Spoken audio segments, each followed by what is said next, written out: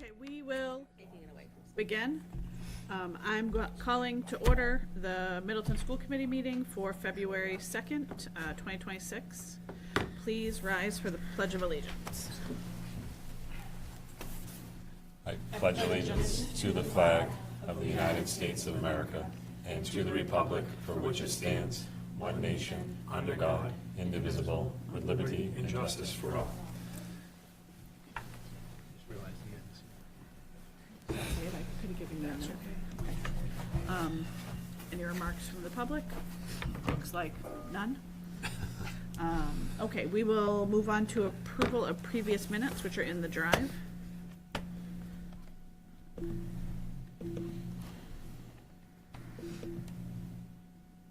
Would have been from the January 5th meeting.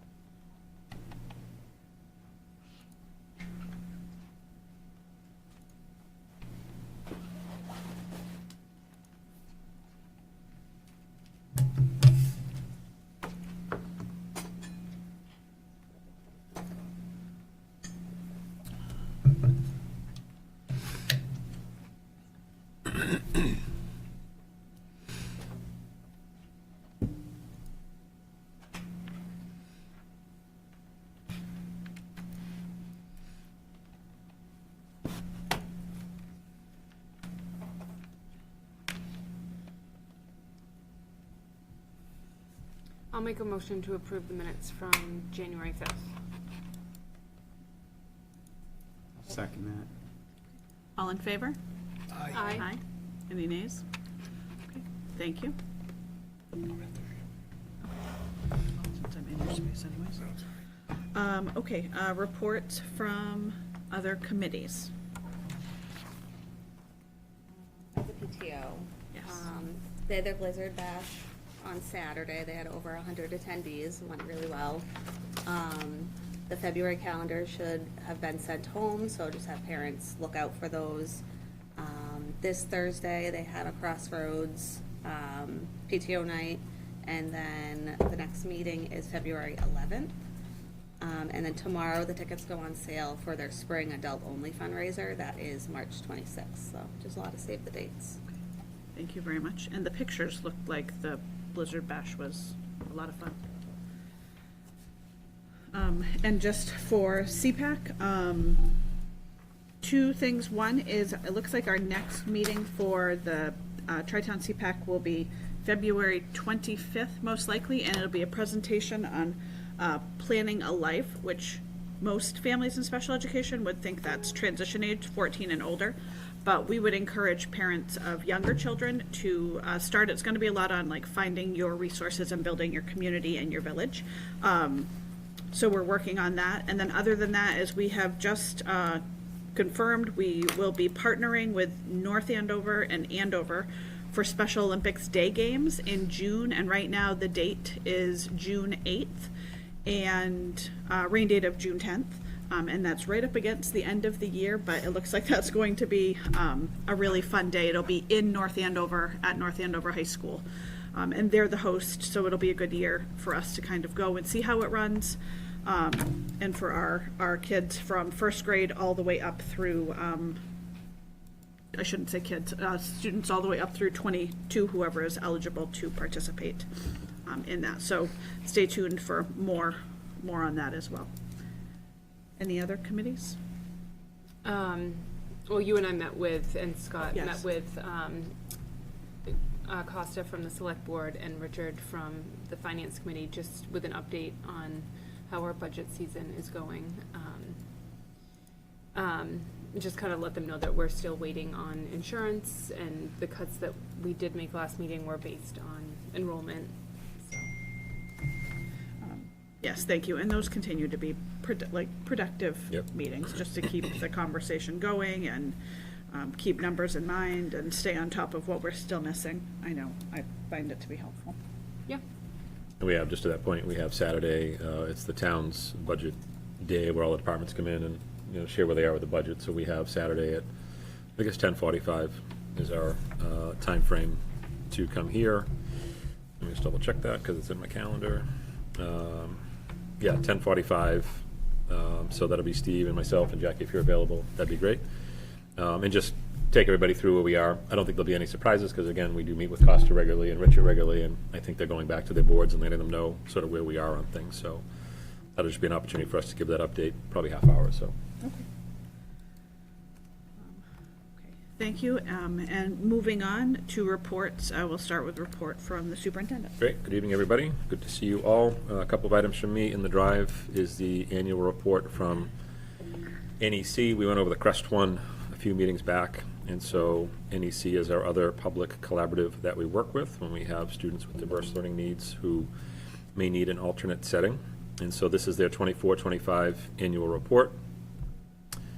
Again, if you've seen this before, and I think all of you have at this point, very similar setup, just a table of contents, a message from the executive director, and then it gets into, on page 5, who sits on that board, and it's all superintendents from the North Shore.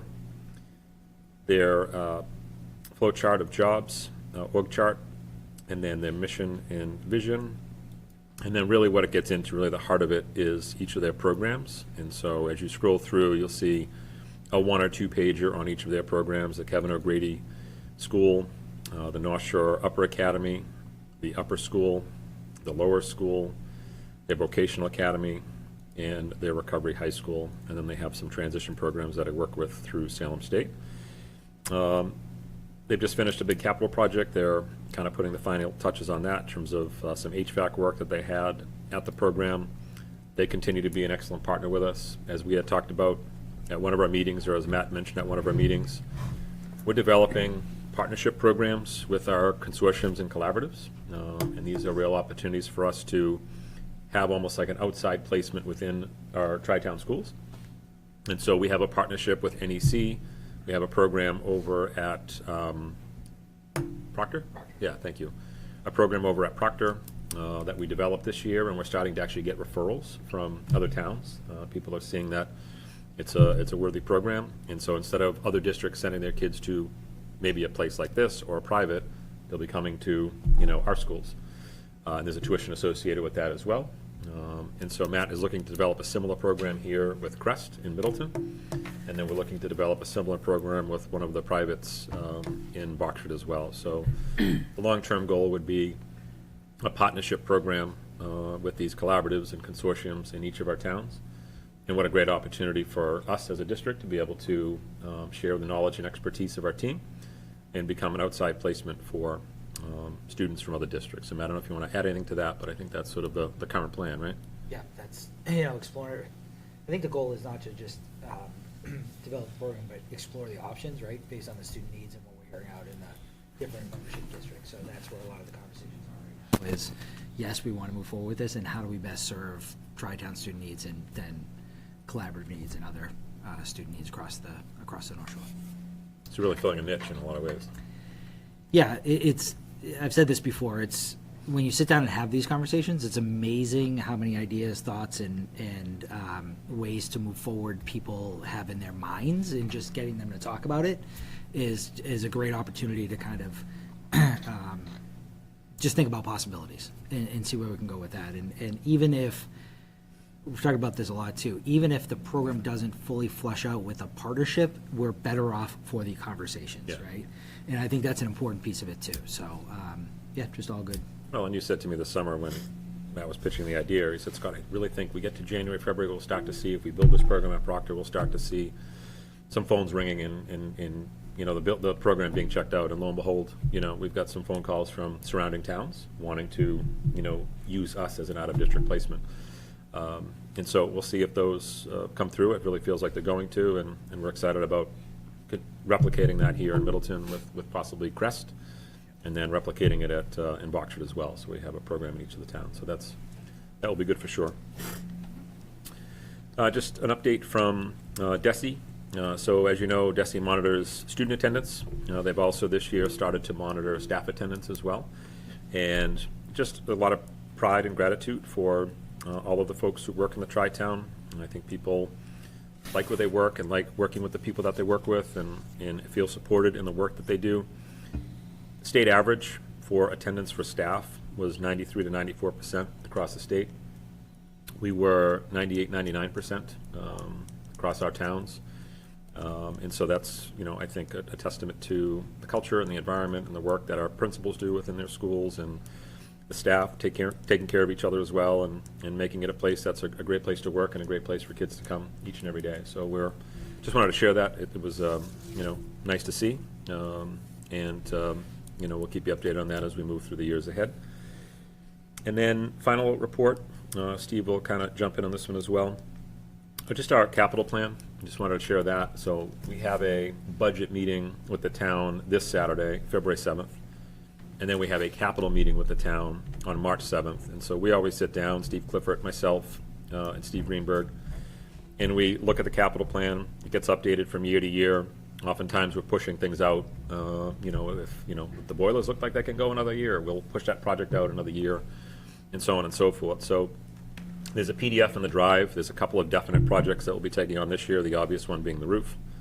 And then you'll see some of the other capital items that are in the capital plan. So if you go to the drive, it'll say Middleton Capital Plan Details, and then Steve will walk us through this document. Thank you. Good evening, everyone. As Dr. Morrison mentioned, what's included in the drive is a quick ClearGov report for the capital plan, and the way that we will go through it briefly is it's in a priority order. So the first thing that we'll talk about will be the first priority, second, so on and so forth. Steve, hold on a sec. Just want to make sure. Do you guys have it in your drive? I do. Okay. Yep. Go just scroll down a little bit more, Jack. A few more. Okay, oops. Oh, you know what? Go back out. That might be last. Hold on, let's try this again.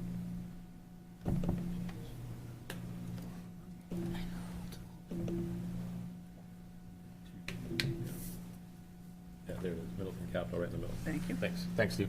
Good? All right. So the first item that we're looking at and is our top priority would be to upgrade the HVAC software for the Fuller Meadow School, similar to what we did at the Howe Manning School, but again, we'd be doing it here at Fuller Meadow. We're looking at about $15,000 to upgrade that software, and yeah, that's really the long and the short of it.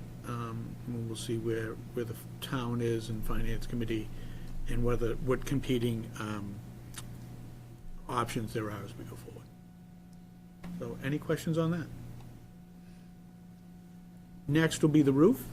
And of course, the roof, we've been approved by Mass School Building Authority to participate in the accelerated repair program. I believe we're looking at about 41-ish cents for eligible costs.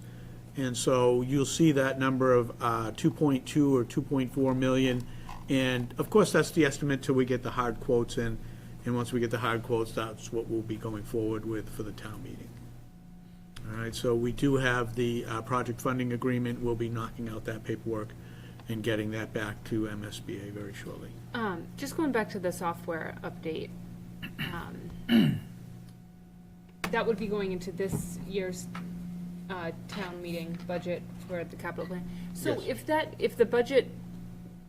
if the software upgrade didn't get approved, Yeah. or how does that affect the HVAC system? It would still work. Updating it allows us to control it more off-site. That's part of the update. Right now, a lot of it's manual here. We did a full update at the Howe Manning, and you can now control it, from your phone, so to speak. Can you do any of that now? No, No, I don't think so. no. So it makes it more efficient in that regard. But the town has been very good about, again, taking care of their buildings and capital projects. And typically something like this would be part of the omnibus capital. It would Okay. say, we need a fire truck, we need a police car, we need this, we need that. Right. Let's bundle it all together. Yeah. We have, $900,000 in free cash, and these capital costs were $880,000, supported by Select Board, supported by FinCom, and it's usually bundled together in an omnibus article. Yeah, the consent agenda, the track record has been like consent agenda. Yeah, yep. Okay. All right. Any other questions on that? And on the roof one, I made a note to myself, but I'm going to see if Steve Clifford can join us at the March meeting, at our March School Committee meeting, and just give you guys the rundown on where we are with the roof project and timing and all that. We had a conversation with Mike, because obviously it'll impact summer operations here. We have to have a conversation about the rec program. Typically that's here. I won't be able to be here, obviously, with all the roofing happening, so we actually have a meeting on that tomorrow to kind of lay some of that groundwork. But we'll have Steve come to the March meeting and give you guys a full rundown on the roof. Next item would be window replacement for the original wing of the Fuller Meadow School, and that we'd be looking to put in a statement of interest with the MSBA to participate in the accelerated repair program for January of 2027. And so that's FY '28 with the construction or the window replacement taking place possibly in FY '29 if the MSBA would like to partner with us for the window replacement. It's same with that one, just because it's further out. Would that still go into this? Well, no, capital plan? because, no, the capital plan is a 5-year. 5 year. Okay, five-year okay, model. thank you, gotcha. Okay. They want us to kind of like forecast out. Yes, Right. gotcha. Right. Any questions on that? The good news is, with the new building, the new building on whichever way 114 is, right? There shouldn't be many town hall capital requests. And Right. police department capital, I mean, there might be a police car or a fire truck, but like the boilers at the police station, like that shouldn't be on there for 15, 20 years, right? So capital things, that'll be interesting to see how that evolves over the next 5 years, but Yeah. it should be lighter on the town side, Yeah, I agree with you. I would think, Vehicles- just with a brand new building. Yeah, vehicles, I could see. Yeah, vehicles, dump trucks, that stuff, but Yeah, how Manning will be coming. yeah. Think about it, went online in 2011, and so replacement things will start showing up in the capital plan in the next couple of years. We're letting people know, like, look, this is gonna happen, and it's gonna be expensive. So just people need to know you're gonna be dealing with end-of-life items, whether it's building envelope, HVAC, so on and so forth. But the building is, to my knowledge, wearing very well. Yeah. Next would be the, getting into a floor replacement schedule for Fuller Meadow. So we're looking at $150,000 for that. I don't know why it says 300, so I will double check that, because actually we pushed it out.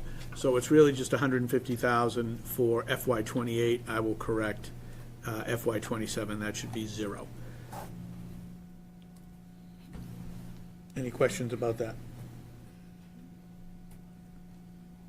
And after the floor replacement, we're in the boiler and boiler controls for Fuller Meadow, that we'd be looking at FY '29 and FY '30, that we will keep an eye out as the MSBA is going through changes and is not partnering with communities for in-kind gas replacement systems, that the MSBA is looking for electrical and or geothermal, and Dr. Morrison, correct me if I misspeak, but in-kind gas, I think they're moving away from, Feels that way, yeah. and so that is a whole other thing there, and it is based on the feasibility studies, or study that we did with Spofford Pond and we're about to undertake with Fuller Meadow, Cole. that kind of, I'm sorry, thank you. Yep. Cole, Brooksby, that it's very, very expensive.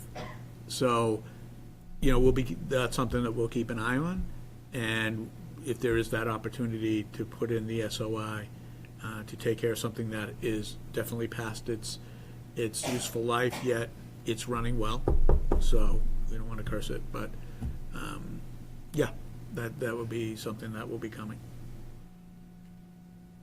Any questions on that? I do have a question. Yes, ma'am. How old is the building? Like, The original wing, I believe, is 1960s. so everything needs it. It's not like This part, so we're saying it needs, we need these upgrades.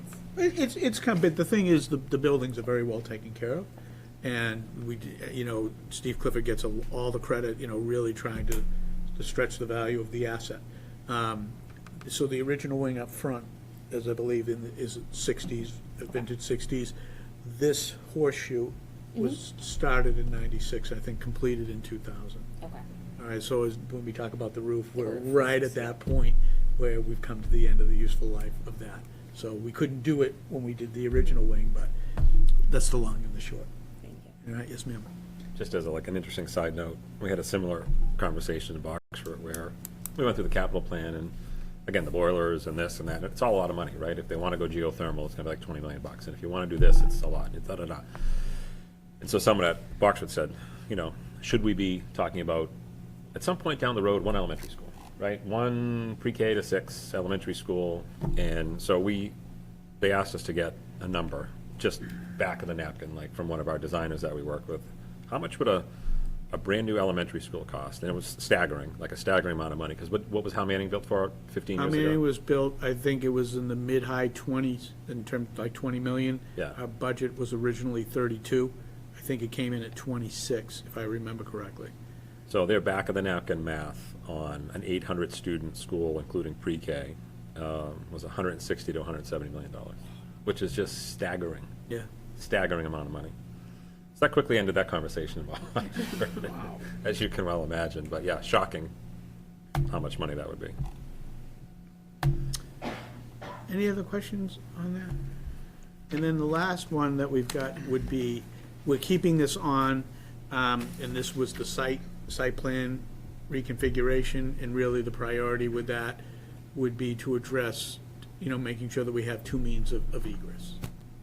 All right, that looks like we're navigating our parking and our traffic flow well for Fuller Meadow, yet 2 means of egress is something that we still want to keep on the radar and for future discussion. So that's on the capital plan as well. And that is the quick run-through on that, unless the committee has any other questions or feedback.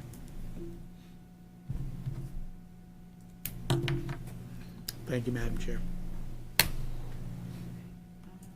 Okay. And then report of the Assistant Superintendent Financial Report. All right, yeah, I'm back. Included in the drive is the financial report for February. And as you know, we still have a hard freeze. Concerned, I'm gonna say this every meeting, just concerned about revenues from the coming in for revolving accounts to meet our applied income, commitment or budgetary commitment. Remember, this is something that we have on paper, and that's why, in part, we do have a full-blown freeze going on to see if we can recover and close that gap so we don't run into issues at the end of fiscal year 26 and in future years. So this is something that we're keeping an eye on, and I'll have more of a perspective and be able to give you some, I think, reasonable first-round feedback on where I think we'll land when we get to March. And then it will start to become clear as we head into April and May.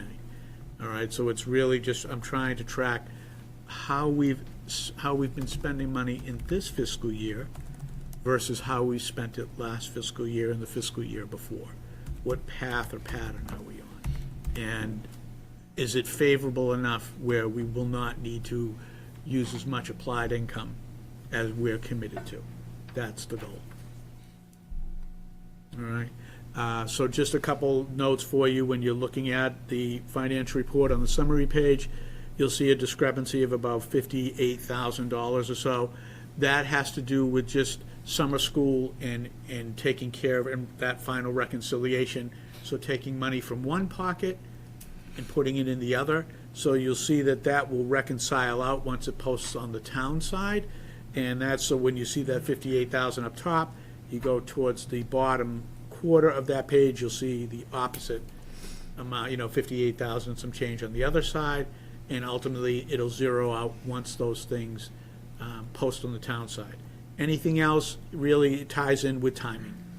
All right, so we have something posted in our books, the town has their process and will be posting it shortly after, and or vice versa.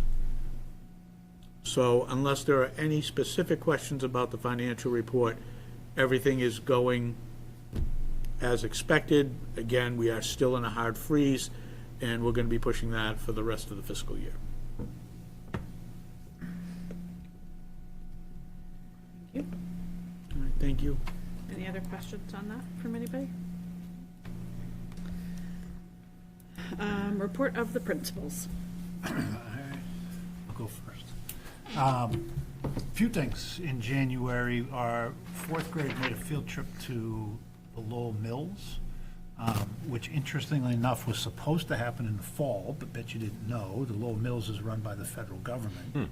So the government shut down. We couldn't go on the field trip in the fall, so they did it in January, which I don't think is always the ideal time to do those field trips, but it worked out. We had a Geo Day on the 21st, butter chicken. I did not try it. What kind of chicken? Sorry, butter. Oh, butter. Butter chicken, yes. I'll grab you some next time. Thank you. Yeah. And DARE has started in sixth grade. Officer Silla has been over and working in the sixth grades with the DARE program. And then lastly, if you recall, every June we do, our sixth grade does their walk to end childhood cancer. Kristen Swanson, the sixth grade teacher that organizes and runs that, was recognized by Boston Children's Hospital last week for the work she's done. Deidre, how many years has it gone on, do you know? For me, 18 years. So at least 18 years, probably closer to 20-something. Runs it every year, raises a lot of money for childhood cancer, and she tried to keep it as quiet as possible, but word got out, and now I'm spreading the word because she certainly does deserve recognition for that. Oh, and we had our PD day on Monday, and 99.9% of the state's teachers were having a snow day. Ours were Exactly. doing PD at home. It was supposed to be in person. I don't know if Peggy was going to talk about that more today or not, but Peggy organizes it, and then we had to pivot once the forecast became clear to an online version. So, and I believe it went off quite well. Thank you. Thank you. And congratulations to Mrs. Swanson. Absolutely. Yeah, Yeah. for sure. Yeah. Is there like a news article or something on that trip? No, she got a little Okay. plaque Yeah. that somebody else tipped me off, though. Nice. She didn't tell me either, so, Next time I pop through, I'll say hello. yeah. Fuller Meadow, we also participated in the virtual professional development. We had our first successful release of report cards through our new outreach program, and the parents were very happy that they get those report cards via email. We just finished up our data days last week, and on Wednesday, we move on. We have Global Play Day in the building, where the students will partake in, just a day of play and building and construction and having fun. Our enrollment is steady. We have 63K, 77 grade 1, 91 grade 2 students, and we are looking for a grade 2 teacher who is going out on medical in March. It's also our 100th day of school this week. Is it really? Wow. That tomorrow? Or Thursday. K teachers always know that day. Exactly. That's wild. Yeah. That is wild, because my first thought was, hey, wait, that's in February.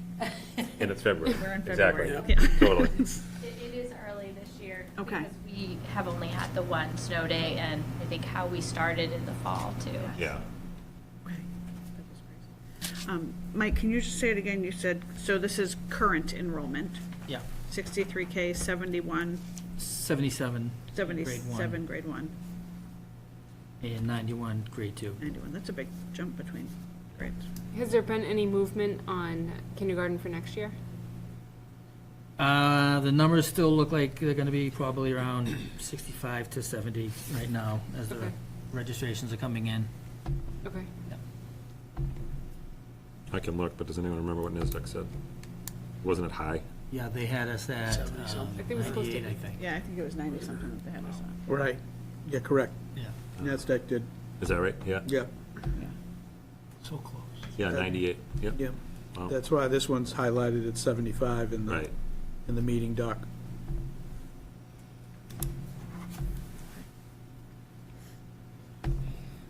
Any questions for the principals?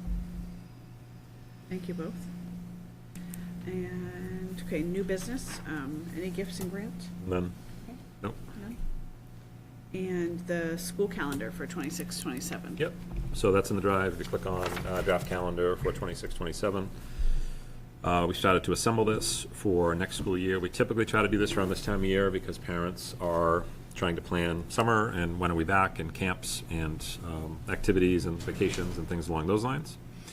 And so, for the most part, it's a rinse and repeat of how we have done things in the past. I will say that one of the major differences is if you look at August, it usually reads 2 school days. It reads 0 school days. The reason for that is Labor Day is as late as it can possibly be. It's the 7th. And so because Labor Day is the 7th, when the kids come back to school, it'll actually be September. So the teachers will be back on August 31st when we have our kickoff meeting, as we typically do. And then September 1st. And then the 2nd and the 3rd will be the first 2 days for our kiddos, and then the long weekend with that Friday and then that Monday of Labor Day.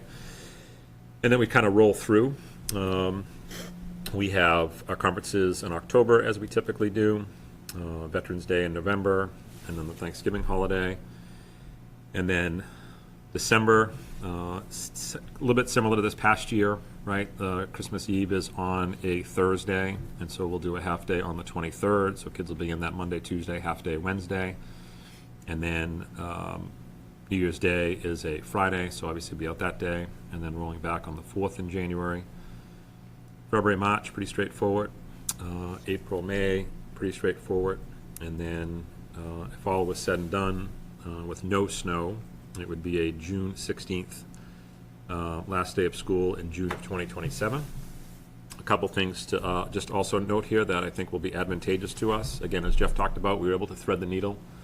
And I think, as you said, 99.9 of school districts had 2 snow days. This past week, or last week, we had 1. And so we'll see if that carries the day or what carries the day. But if that does carry the day, it'll make for a longer summer this year because the way the schedule was and coming back earlier like we did this year, as Michelle pointed out, it'll make for a longer summer. We'll have an extra week in the summertime, which could be advantageous with a roof project going on here at Fuller Meadow School. So it's just like we have a roof project at Cole and a roof project here, and it just is from a quirk of timing. I'll jinx it right now, I know by saying it, but if we don't have, any more storms that require cancellation, we'd be out at a time in mid-June and then coming back with kids, not until really that first week in September. That'll add a little bit to the summer. And that's another reason why we wanted to get the schedule out to people, because there'll be another week that parents typically don't have to think about. Usually we're back like the 24th, 25th, and this year we're not, so. And then we don't have that first Tuesday in November as the election day. Correct. Yes. Yes, because the new facility's open. Right. Right, at that point, and all voting will be elsewhere. I think, yes, that's probably a state election at that point. I don't think, national won't be until 28, but there's always something, it feels like. So yes, that'll be at the new facility, and I think we're done with voting days at Fuller Meadow. That's been a long day coming. Yeah. To have that. So the town election, will that be here still? No, I think it would all be, I don't know. I haven't been following the timeline of the new building, so. yeah, I haven't, Paul was saying March 1, Oh, okay. so I think it'll all be Wow. over there. Okay. Yeah. And so is there space there for like town meeting? Is That's there? not, that's At a the new- question. Things I should know. At the new facility? No, I think town meeting will still be at. How many? Howman. Yeah, Okay. I don't think so think too. they have a place that large. Okay. Yeah, So this next town election will be over there? should be. Okay. That should be the plan. Yeah. Yeah. Yeah, and Paul was asking, I throw this on the agenda for a later date, you and I can talk, but when the new facility opens, do we want to do our school committee meetings there? Or do we want to keep our school committee meetings here? What Paul was saying before the meeting was that that new facility is completely, has a room, a meeting room for the specific reasons of like select board, FinCom, and so on and so forth. So nothing we need to discuss or talk about tonight because we have runway, but just something to plant in your heads that, do we want to stay at Fuller Meadow for our school committee meetings, or do we want to go over to the new facility? Will we have control over the temperature of the room? I have a feeling the controls, that's why we want the software here. The controls there will be much more modern than what we have here, for sure. So that's just to think about, but for the calendar, we'd love to get it approved if it's the will of the committee to motion it tonight, just so we can get it out to families. As I say, there's no magic to this. It's just pretty much a rinse and repeat of what we've had in the past. Make a motion to approve the calendar as is. So I have a question. Is there a reason why we have all of the early release days? I know 2 years ago, they added a bunch for teacher development. Yeah. Is that still going on? And I don't want to take that away from like the schools and the teachers, but like, there's a lot of early release days, and I know like it affects myself, it affects a lot of parents. Yep. And it affects like the after-school program. So I'm just not sure, like, and maybe just some feedback on like what it is used for. Sure. And if that's has been successful over the last 2 Yep. years, or is there a way that we can maybe take a few of them out if Yeah. they're not needed? Sure, Peggy and I can kind of give you a little bit of information on that. When we made the presentation to the school committees for the amount of days that we had, probably 3 years ago now, it was actually for a few more days than what we currently have. And it was based upon a couple of things.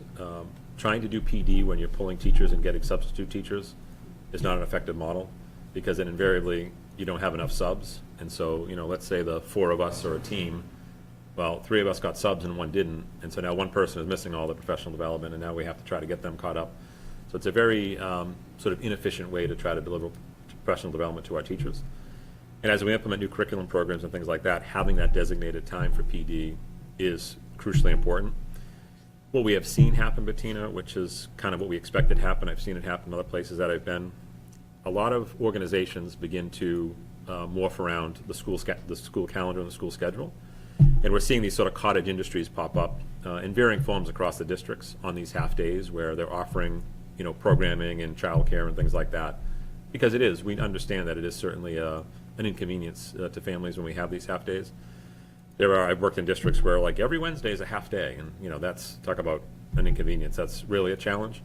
So we try to front load the beginning of the year with the professional development days, because that's, obviously as you're planning new programs and getting teachers trained, you don't want to wait till May to do those things. But Peggy, you were a big part of that whole conversation as we navigated that, and I think you're seeing the value and the return on the investment. If you can talk a little bit about that return on that investment, for sure. Yeah, exactly. So when we had looked at this, we are still on the low end of the amount of professional development that we provide in terms of time as compared to other districts. So to take any more time away would really start to undercut what we're trying to do. So this year, that time is being used pretty heavily for inter-reading implementation, but there will always be something that we're implementing that we're trying to work on to improve the schools.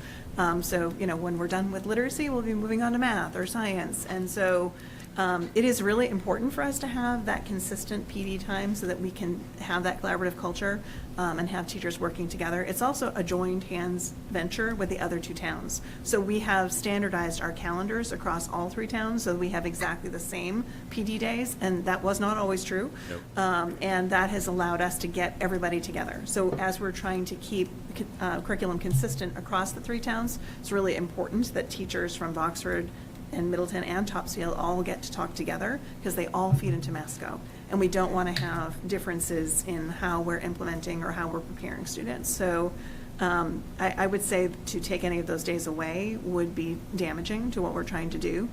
We did have a lot of conversation about this, those of you who were on the school committee a few years ago. And we had originally asked for more, and this was sort of the compromise for the number of days that the town felt that it could support, and that we could like use our time really well and get done what we needed to get done. So I would not be in favor of taking any more away. I realize that it is, as a parent myself, I realize it's difficult when you have these early release days.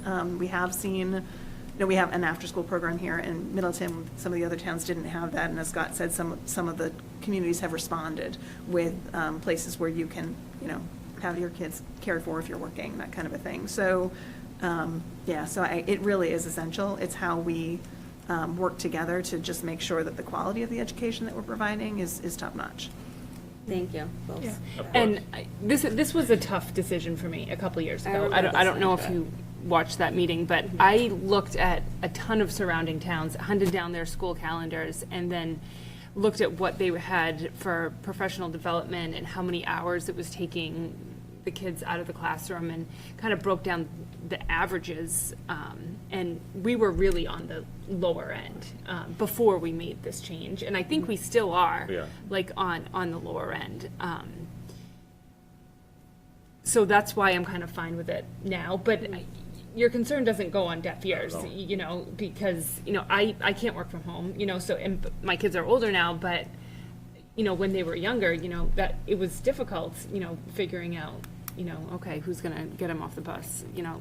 I just feel like a lot of it is like, and sometimes it affects me, sometimes it affects like others. Yeah. And it's just kind of when you hear it is the schools are like the PTO is doing game time on Friday afternoons. Well, there's some kids that can't go because their parents can't take them there, right? So like that is kind of just like there's a mostly from the community that I've heard is there's a lot of half days. And being able to go back and tell them what you just said is, you know, that we need it for the teachers, that they need to be on the same page. So I appreciate like everyone Yeah. just kind of giving me that information. And Bettina, it's even, and it's a very good question, so I'm glad you asked it, because it is good to bring it up every now and again. You know, people that have been here went through it, right? So new members weren't here for that conversation. But it's beyond the teachers too, like Peggy said, the nurses in all three towns can get together and they're comparing notes and meeting and talking about best practices, and the instructional assistants are getting together, and, you know, all the different categories of employees. It's just a real opportunity to, again, bring folks together at different grade levels or at different job categories and continue to grow them professionally. And I think it's important to note that not all of these are PD days either. Like we have half-release days for parent conferences or holidays. And so I'm sure it feels that way to parents, but it's not all because of the PD calendar. There are other reasons why we have half days in our schedule. I would add to that too, it's not all that long ago that all three towns really weren't on the same page with curriculum, and you were getting kids up to Masco who were showing up, who had learned a variety of things on different pages, you know, all great within each individual district, but not showing up on the same page. So that's a huge advantage now that all three towns are so much more aligned. So when they do get up to Masco, they're showing up with a similar skill set. Good to know. Thank you all. Thank you. Okay, so you motioned to. Yeah, there's a motion. Oh, yes. Okay, I'll second the motion to approve the calendar for the 26-27 school year. All in favor? Aye. Any opposed?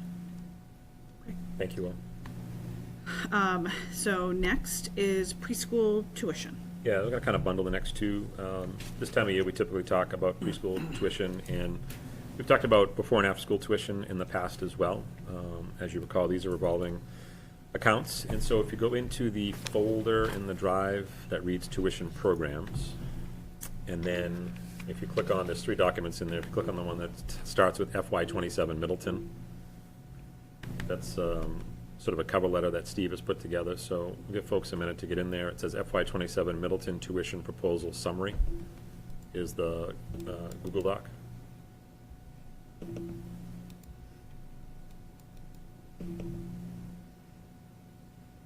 Steve, if you can kind of cue this up and talk to the committee a little bit about recommendations and the why and some of the other pieces. Absolutely. So has everybody had a chance to look through this, the one pager real quick? And of course, the why is to keep the program solvent and delivering the service that we look to have year over year. And historically, my position has always been to work with the revolving accounts and to use those funds instead of hitting families with year-over-year percentage increases. And that, you know, that has always been the goal. For FY26, we have, right now on paper, a heavy commitment against preschool and a little bit of a commitment against before and after school program. And so with that in mind, you know, trying to land that plane, we want to keep an eye on that. But it's time.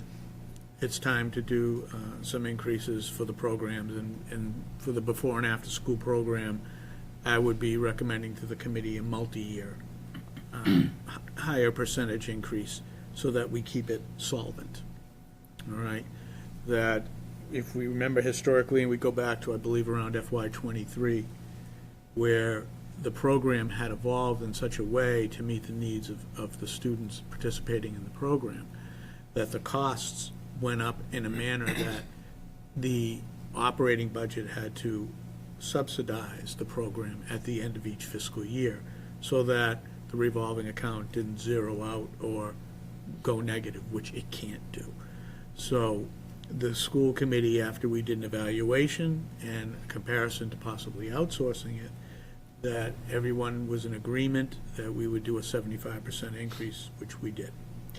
And so now it's been 2 or 3 years, and we have not brought an increase forward, but looking at the potential commitment that we have on paper for FY '26 and going forward with the cost of the program going up, I would recommend for the before and after school program a 10% increase for FY '27, and I would probably be recommending that for several years, year over year.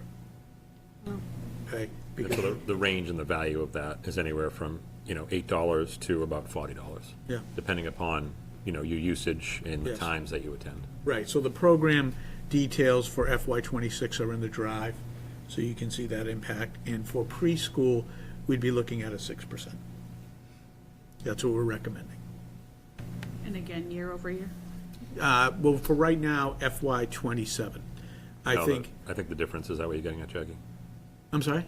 You getting at the No, he difference? said he was recommending for the before and after school, that was Yes. multi-year, is that? Yeah, I year would, over that's year? my opinion, that I would be looking at a multi-year 10, because I want it to be solvent, I kind of agree with that. So it's seen a larger adjustment every 3 years, right? You keep it Yeah. consistent. It's easier to adjust, I think, right?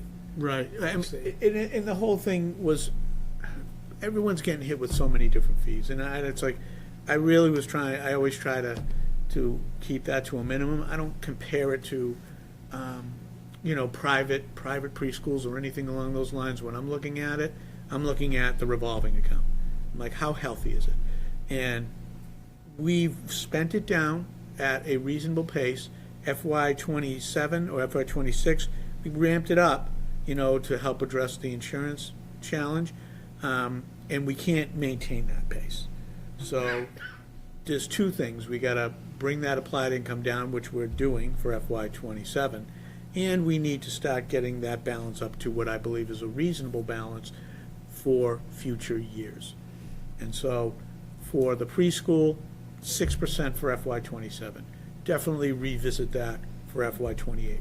For the before and after school, we did that total overhaul, and it was needed, okay? And when we did it, we also said that we'll be coming back for the next phase of it. And so now is that time. And so to continue offering that program at the manner that we offer it, that I'd recommend the 10%, and then probably in '28, 10%, '29, 10%. But you got to look at the balance, and if the balance is reasonable, maybe not. But if I'm looking at it right now and giving you feedback, that's what I think. A few years ago, when we had that big overhaul, do you remember what the drop-off rate was, or the attrition rate was for, You mean, in I terms of? don't know that answer. I would have to, I can research it and get you that. Okay. But Mike, I'm not trying to put you on the spot. I don't believe that it was anything substantial. We would have been coming back and say, Right, guys, we right. got I a would agree problem. with that. Okay, I think that they were okay. They were okay. with it. I want to be Okay. careful on how I say it, but, okay. but we Okay. can do some research and see if I can bring that back to you. Okay, and then also, looking at all the different options that you have for the extended day program, where do the majority of the kids fall? Are they option 1, option 3? Do you have any idea? Yeah, Is I'm it- not, we can, Okay. let us get you that answer. Okay, because I'm just curious, you say a 10% raise, well, like Scott said, for some families, that could be $8, and for others, it's 40, so, Yes, I get it, yeah. So So it's not like a ton of money, but I'm just No, but curious, it's- where most of the families are. Absolutely, it's a fair question, fair point. Yet, those costs aren't going away unless we change how what's offered in the program. So, one way or the other, we've got to address it. And how do we address it? Cut costs, increase the tuition, or a combination of the both? Okay. And I'm looking here, what do you guys get for attendance, if you have any idea, on offering the after-school program on early release days? Has it gone up, or? You know what? We're gonna get you all of it, Okay, all right? Because they're great questions, and we just gotta go back and get you okay. those. So we will I do mean, that. I'm fine with the both increases.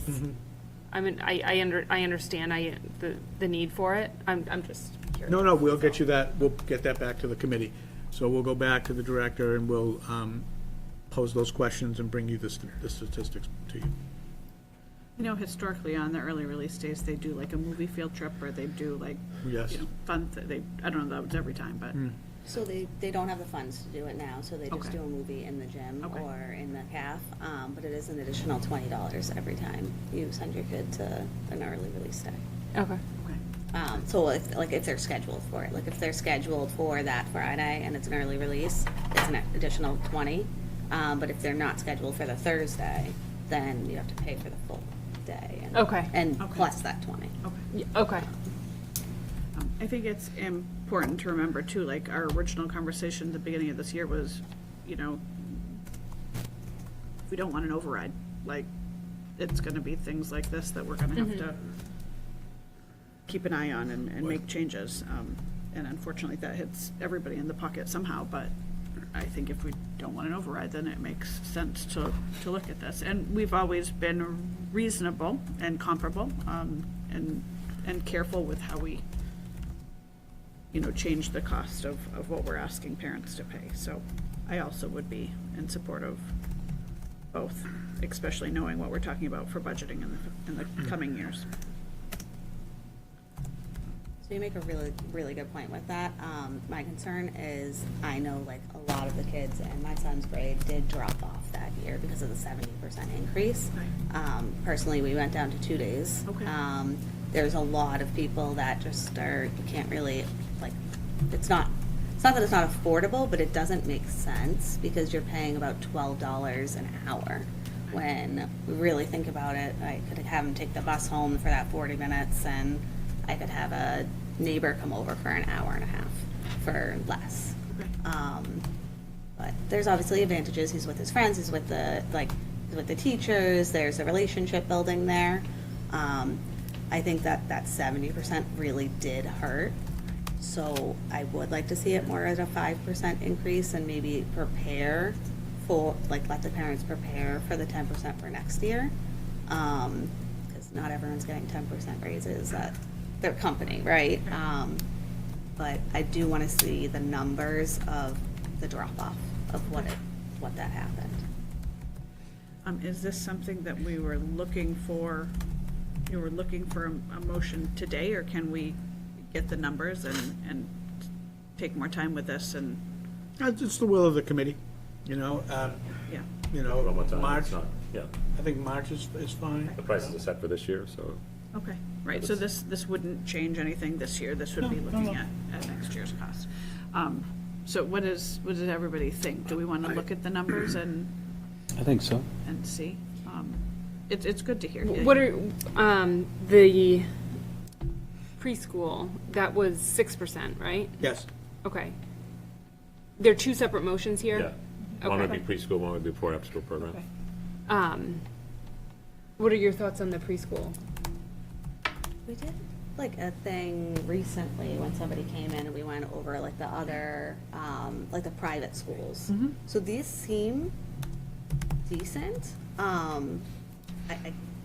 I would like to compare them again, especially because these are only half-day rates. Yeah, I mean, I can just speak to that a little bit, because that was my, and I can drop it back in the drive. It's in the drive from a couple, whatever that meeting was, but I can drop it back in. So basically, I broke out 9 different preschools, broke it down to the hourly rate. Actually, it's, you know, the way you said it, it's the way to do it. In Middleton, of those 9 preschools, all 4 programs Bless you. were the least expensive of all 9 in all 4 categories. So they were, I heat mapped it, and if you look at it, green was the lowest cost, and Middleton was the lowest cost in every category of these 9 preschools. So it is the least expensive across the board. 6 private preschools, and then our 2 sister towns of Oxford and Topsfield is the lowest. Do you have any idea with this increase? Do we stay lowest or? I didn't do that, but I can tell you it was a pretty decent-sized gap. So, for example, the 2-day was $9.56 an hour for the longest 2-day in Middleton. The next closest was $10.80. So you're talking over $1 more. That's going to be way more than 6%. 6% would be 10, 13 on that number. Right. 908 to 1070 would be the next closest for the 3-day. So in most categories, I think it'll stay either the lowest or second lowest. Would people be comfortable on voting on the preschool and holding the before and after school till we get more information? I'm actually very curious of what our after-school and before-school rates look like compared to the Topsfield Boxer programs. Very So I can different. even Oh, look for a those up. pre-K or for the before and after school program? For the before and after school. Very different programs. So Middleton runs its own program, like it's run through the town and the schools. It's a YMCA program That's what we did. in Okay. Boxford. That was 2 years ago. And in Topsfield, Steve, do they have a program? Stewart Station. Stewart Station, thank you very much. Yeah, so Stewart Station, so that's like a vendor that comes in and runs something, Yeah, and that's phasing out. and that is phasing out, yeah. So it's not really an apples It's not, to yeah. apples, because it's, the Y program is completely different than the before and after school program. We were trying to do that years ago to see if the Y, if it was the will of the town to have the Y come in and run the Y program here.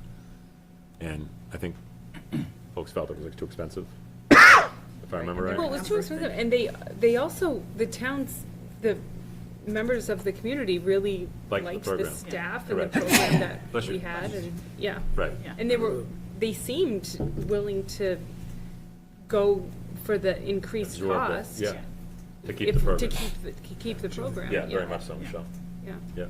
I think it's good to look at the numbers. I'm a big proponent of gradual increases rather than large increases over like a short period of time. I think people can absorb it, and I think, let's face it, all costs every year go up. I mean, that's what we're dealing with on regular budget items. So, I mean, I think these are reasonable, but I think we could take a second look at the before and after just to satisfy everybody on the committee, but I like this. Then at least for the preschool, we'd be seeking a motion to approve what is my motion? Improve the preschool tuition for FY '27 by 6%. Okay. Would anybody like to make that motion? I have one other question. So these rates, have these rates already gone out to parents that are applying for next year? Goes out with rates that say subject to the decision of the committee. So Okay. this is a typical time for us to set the rates. Okay. We're well within And- line of that. People are already applying for preschool next year, correct? It's already done. It's done? Yeah. Okay, and I remember when I went through that, like, there was a wait list and things Yeah, like that. So yep. it's not like we're hurting for kids. So, okay. So I'll make the motion to increase the integrated preschool tuition by 6%. I'll second that motion. Okay. All in favor? Aye. Any opposed? Thank you. And we're going to hold on the before and after school program right now, just so we can get a Yep. little bit more information. We'll bring that all back at the next meeting. Okay. Thank you very much. Yeah, thank you guys. And then next is just budget informational discussion. Yep, so FY '27 budgets, continuing that conversation that we started in the last couple of meetings. So if you go back in the drive, back out of that tuition program folder, you'll see it's a sheet, looks like an Excel sheet. It says MSC meeting, and then when you open up the full document, it's 2226. And so this is the work that we did as a committee at our February meeting. And so, as you remember, we had a delta of about $774,000. We want to come back in a few minutes to line 16, 17, and 18. And then the actions that the committee took, sort of right-sizing things with enrollment, and where that left us was at around $136,475 away from the guideline. And, our recommendation tonight for the committee is to wait on health insurance before we make any other actions in terms of reductions.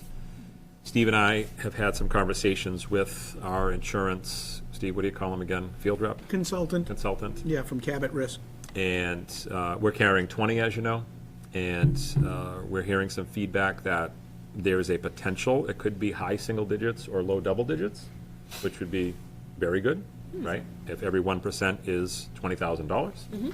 And let's just pretend, like this is not based on any inside information, but let's just pretend it came in at 10. You can do the math, and there's $200,000, right? That would come back, right? And so with a $136,000 delta, remember Steve was already calculating 20, he was putting it at like 18%. So it's about $180,000. And so from a reduction perspective, and again, we don't know, it could land at 18, it could land at 17, it could land at 10, right? But we hope to get that number in mid-February, which would then really allow us to maybe, wrestle this thing to the ground fully by the March meeting ahead of our public hearing in the April meeting. But what we wanted to have a conversation with the committee tonight, if you go back to lines 16, 17, and 18, remember, just to get to the $775,000 delta, we had to make big reductions to supplies and consumables, professional development, and facilities. As you recall in the yellow box there, Steve looked at FY25 actuals, added a 3% inflationary rate to the FY20 actual. And again, at that moment in time, maybe we got a grant that year and the actual looked less than it really was, and so you added 3% to less and so on and so forth. And I think, Michelle, you brought up the conversation last time around like PD and maybe do we look at some of these other things. And so it was 114 to supplies, PD was about 80, and facilities was around 23. And so with the delta currently at 136, we wanted to have a conversation with the committee to see, was there a desire to, let's say, take less from those supplies, consumables, PD, facilities. Peggy can talk a little bit specifically about PD. I think you're going to hear a number of around 20K as a potential recommendation to put back into PD.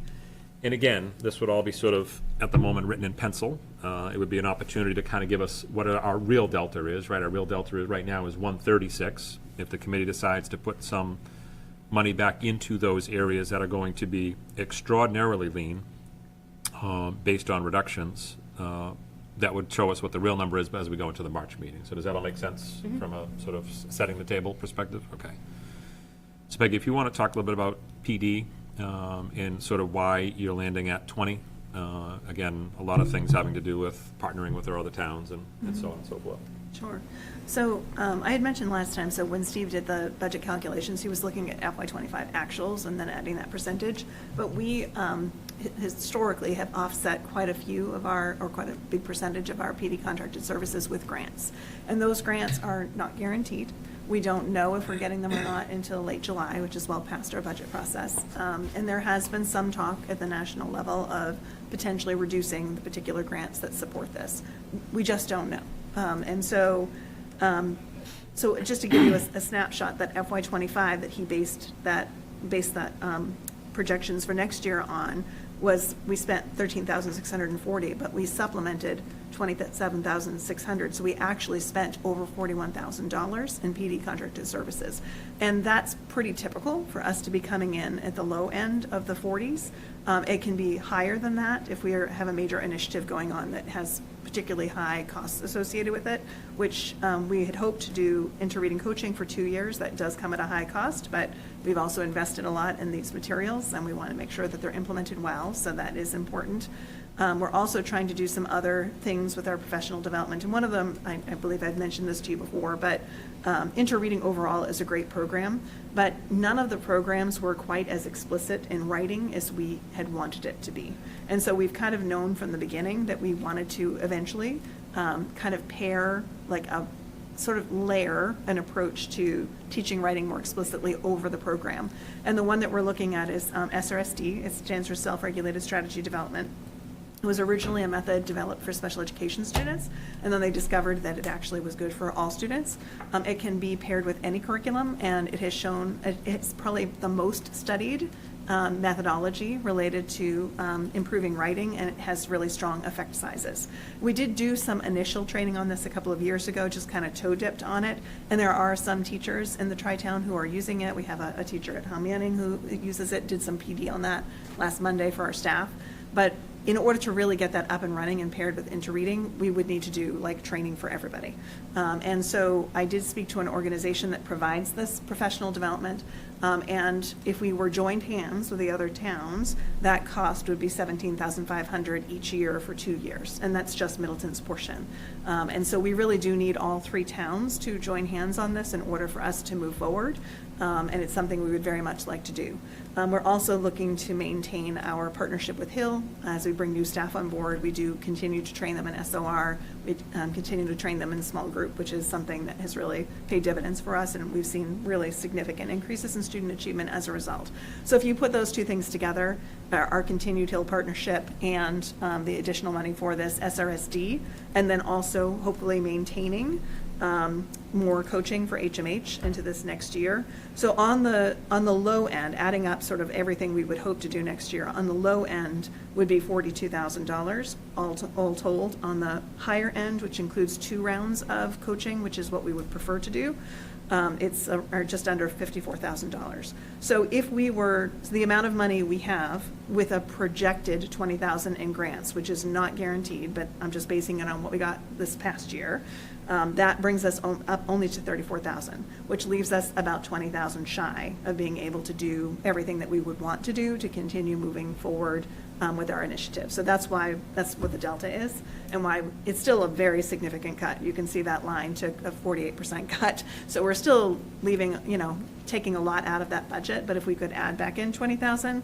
I feel like we would be able to partner with the other towns and be able to do kind of continuing to move the ball down the field in terms of our improvement around literacy instruction.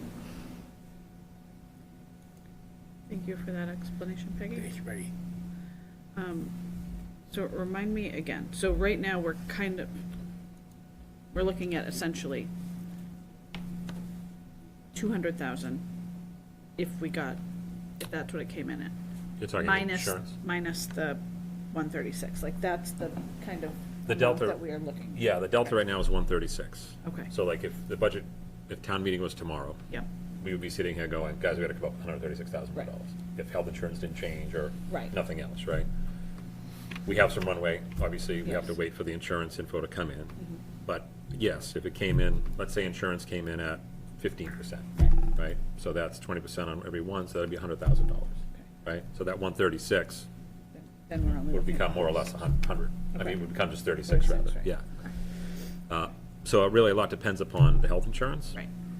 But again, just for us to kind of have a target of like, that's why we're trying to get a feel from the committee tonight, like, do you feel like that with PD? Is that something you want to move on? Is there something else you want to do with supplies? Is there something else you want to do with facilities at all? And if it is, then, we leave this room tonight going like, okay, the real delta is 166. I'm just throwing numbers out there.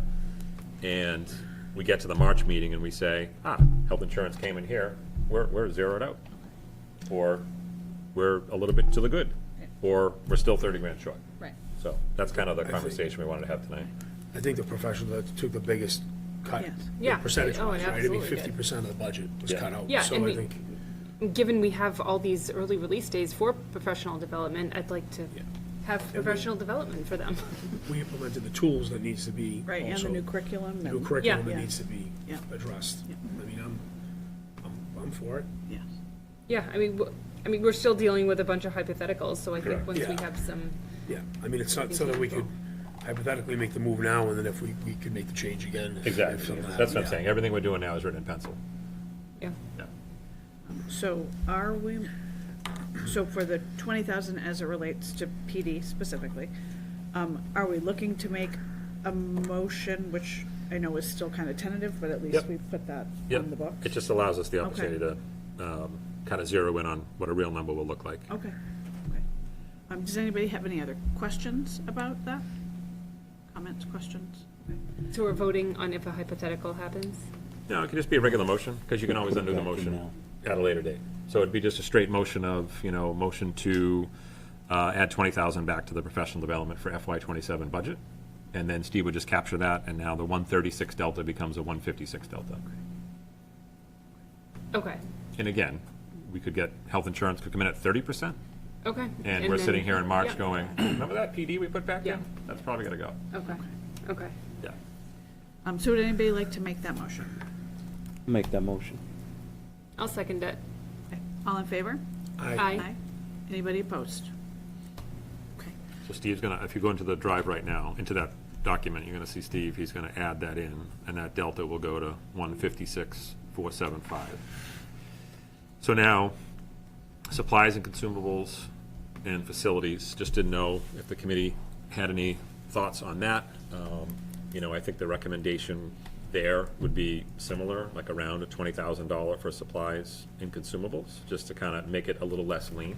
Because as you know, we took 114,000 out, and then when you go into section 3, it got hit even more. General supplies, 2,000, CCIM supplies, 3,000, CCM supplies, 4,000. So we continue to sort of cut away at those things. And Steve, is that a number that resonates with in your mind? I know we talked a little bit earlier today about that, but I think we were thinking Yes. like 20 PD, 20 supplies and consumables. There's not, you know, I don't have a rationale like Peggy had for PD, other than we really hit this account. And we keep hitting it over the years, and supplies and consumables always gets hit. And ultimately what ends up happening is sometimes it ends up going to the parent via a class list and rather a supply list and things like that. And so it builds a little bit more breathing room in the supply and consumable account. So. And there's a line in there for PD stipends, and then also how Manning stipends, and I think, Yep. I know we don't know that that's specifically where the $20,000 is going. but- Right. That would be, so when you're voting it, if I may, that will be like the principals, the administration will decide where it Right, goes. right, You know, but the whole idea is to put some of it back. yes, okay. Does anybody have any additional questions on that? I mean, we reduced those other two line items, the supplies and consumables and the facilities. And we didn't have, at least I didn't get any feedback from the community about it, No. you know? So if we can do without it, you know, unless I'm hearing like a good argument on why we should add it back in, I say we kind of leave it as is and maybe wait till the next meeting. Is the number 114, is that the calculation 3% higher than but when you do that line item, is it already higher, Steve? I'm sorry, one more time, Dave? So with the line item there for 114, right? Yes. The actual number that you're using is a 3% increase over last budget? Although not the last year's budget, but last year's actuals. Actuals. So the 114,102 is the amount of the reduction against the FY '26 approved budget Yeah. when we did that But calculation. the higher number is the 3%. That's the number. Well, what it is when you say the higher number, if I'm understanding. The reduction is based off of, the 114 is based off the number that is The 3% FY, higher. exactly, Yeah, yes. yeah. The FY '25 actuals plus 3%. Okay. Yeah, and like with PD, that could have been a year that, you know, we just happen to spend less on supplies and materials. Peg, I don't know if you have a perspective on that in terms of that line item or that account. Yeah, I think that we, knowing that this was a really difficult budget cycle and knowing that you wanted to avoid an override, I think our, curriculum coordinators worked with the principals, they looked under every rock. They went to the supply closets and they're like, do we have some leftover science supplies where we can cut the science? And that'll be great for 1 year, but then the next year we won't have that excess science supplies to rely on. So I hear your argument that we do keep cutting this, and so it's harder for me to say it's X number of, supplies, because this is a really big budget. But we're very lean, and we're making do without, to try to honor the fact that we don't want to put more on the community. Although sometimes that does put more on the parents, because if we're sending a supply list, then they are paying a cost too, right? So I guess, these were cuts that we were like, okay, we would rather do this than people, and we are trying to honor where the town's trying to go. But if when it comes down to the end of it, if health insurance comes in better than what we anticipated, and we're able to increase this line item without triggering an override, it would be better to not be quite so lean on our consumables, I guess is what I would say. So I can't articulate quite as specifically around this, because it's many, many different supplies in here, but it is the place that we always try to go first, because we're trying to protect people who work with children, right? And when you say supply list, even when my kids were in the elementary school, before we had overrides and all this, I always got a supply list at the beginning of the year. Like, what would be different from those? You might be adding more to it, without seeing the supply list in front of me, Michelle, but it could be more stuff that gets, potentially put on families, potentially. It's about $25 a kid if you look at it from that perspective, 20,000 divided by about 800 students. Yeah. That would add about $25 more per student into the supply Yeah. account. Yeah, so I guess I would say that I hear you wanting to wait and see what happens. But, if the math worked out, that it's possible to restore it to that, it gives us just more maneuverability within the budget to be able to do things for kids, so. And I would say capacity for the following year, because I think Correct. we're going to be back here a year from now and probably having similar conversations around, all right, do we want to do an override? Do we not want to do an override? Right. What do we have to cut, right? And so, Ultimately, the number could be changed and then changed again. So Totally. I'm okay with making the change, and then, once we have the final numbers with the insurance and everything else, we can adjust. When's the insurance Sounds- numbers? You think we'll have them by March? I think we'll have them by mid-February, what we were told by our. So the next meeting, we should be. We should know. big driver, Joe, is the GLP-1 drugs. They're no longer be covered by insurance for weight loss. They'll be covered for medical conditions, diabetes, things like that. But we're hearing that with the insurance company making that change of dropping that drug from coverage in their programs, that's gonna drop the percentage increase potentially. I mean, we're hearing anywhere from we were originally hearing 16 to 22, right? That was sort of so we carried 20, right? Now we're hearing high 8 to 14. Is that fair, Steve? That's fair. Right? And again, we don't have that in writing yet, so that's all just conversation at this point. But 8 would be, Amazing. oh my God, a miracle, carrying 20. That'd be awesome. So we'll see where it goes. Yeah, I'm good either way, putting it in or leaving it out. So we're gonna do it in March, so I'm whatever the board, I'm good either way. Yep. Do the principals have anything to add, like more building specific?